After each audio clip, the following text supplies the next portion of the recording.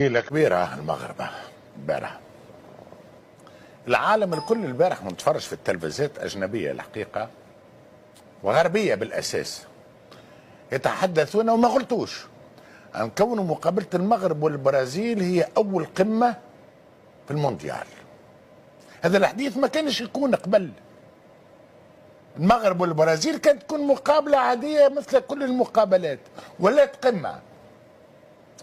علاش وما غلطوش العالم الكل كي قالوا مقابلة قمة؟ لأنه يعتبروا أنه المغرب هو اللي وصل للقمة. ثم ما غلطوش أيضا وأكدت المغرب البارح وأنه المغرب ولا من كبار العالم. المغرب من كبار العالم.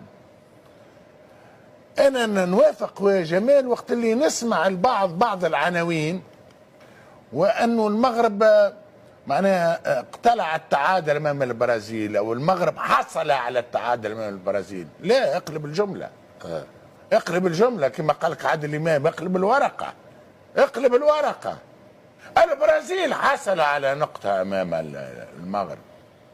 ما تفرجتوش في المقابله؟ ال 30 دقيقه الاولى تقول البرازيل هي المغرب، والبرازيل ما جاتش. وما جاتش مش على خاطر خايبه، ايوه، ما جاتش على خاطر المغرب راهو غير عادي. راهو السبع دقائق الاولى والعشر دقائق الاولى الضغط المغربي استثنائي. معناها شوف الخطه اللي حضرها المدرب. راهو العشر دقائق الاولى عاود تفرج تقول 2 بلاش كانت مفروض 3 فرص 10 دقائق. راهو 10 دقائق ما يتنفسوش. فينيسيوس اول الكوره بعد 14 15 دقيقه، وفينيسيوس اللي هو احسن لاعب في البرازيل البارح. كازيميرو الصحف الكل عنوان كبير، ايوب يفسخ كازيميرو. وزاد هاكا انشيلوتي اكد الفسخ نتاعو في بين الشوطين، قال وقت غالي تبديل. هذا ايوب انا اول مره نسمع به الحقيقه. نتبع شويه ولكن عمري كنت نتصور انه المنتخب المغربي في تقديمك قلت لي شبب الفريق. هما لاعبين ما سمعناهمش 2022، ما نعرفوهمش توا 4 5 اشهر.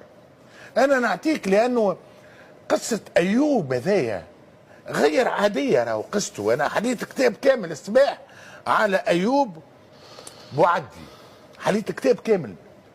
لانه البارح اذا كان قطر كانت اول مفاجاه في المونديال، فايوب اول نجم نتاع المونديال. اول نجوم المونديال هو ايوب. العالم الكل يحكي عليه اليوم وحلينا عليه الكتاب. هاللاعب هذايا مستر توم خذا البكالوريا في سن 16 سنه، يقرا مازال بكالوريا بملاحظه حسن جدا. بعد عامين عملوا مناظره نتاع احسن المرافعات في الكليات. جاء هو الاول وخذا الجائزه من عند ماكرون في الإليزي، المحاضرات معناها نتاع شكون يعرف يرافع. مناظره احسن انسان يعرف يلقي. ثم اللاعب هذا اللي يلعب في ليل هو بالمناسبه عمره 18 سنه. في مارس 2026 كان قائد الفريق الفرنسي تاع 21 سنه. هذه سرقة القرن. قوة المغرب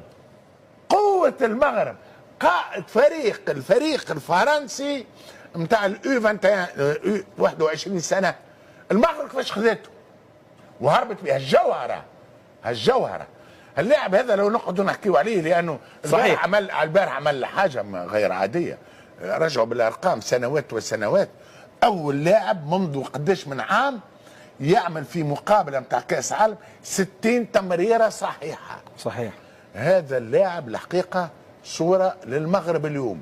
هذاك علاش انا نقول الناس اللي تحكي على المغرب حصلت على التعادل، لا، البرازيل حصلت على التعادل. والمغرب الحقيقه مره اخرى شرفتنا نورتنا وان شاء الله ديما القدام. الحديث على جواب نعطيك درس. بي اس جي نيمار ميسي مبابي 3 وين وصل لحد شيء ولا شيء. كرة القدم مجموعة، كرة قدم فريق عنده شخصية، كرة قدم فريق عنده روح جماعية، مش كل واحد يلعب لنفسه. ما تنجمش تعمل فريق وقت اللي كل لاعب يفكر في المردود نتاعو الشخصي. اللي حبيت نقوله انه المغرب كله نجوم، ولكن النجم الاوحد هو الفريق، هو المغرب. ها هو الفرق. البرازيل كله نجوم، ولكن كل نجوم على انفراد، ما يعملوش فريق. والى حد الان زوز ملاحظات تحت رقابه مستر توم. الملاحظه الاولى، المدرب المغربي خذا الفريق المغربي توا اول مقابله نتاع اللاعب ايوب هذايا نحسوا الطابع نتاع المدرب، لان وقت اللي عندك اناحي وعندك اشرف حكيمي وعندك لاعبين وعندك ابراهيم دياز وعندك وشاب صغير، ما نجمش يكون هو النجم فوق الميدان دون تعليمات المدرب، اكيد، لانه يعرف انه كل شيء يمر عبر هذا اللاعب، اعطاه فيه الثقه. اذا هو بصمه المدرب. اليوم ايضا يعني تحت رقابه انشيلوتي وما ادراك، المدرب الكبير والشهير بتاع ريال مدريد وغيره.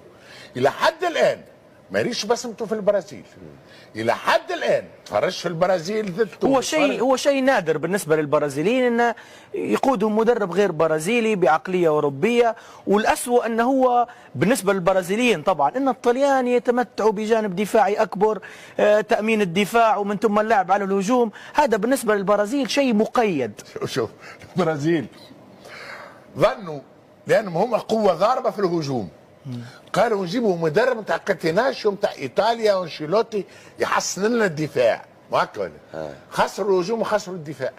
حديث مع المستر عن مقارنات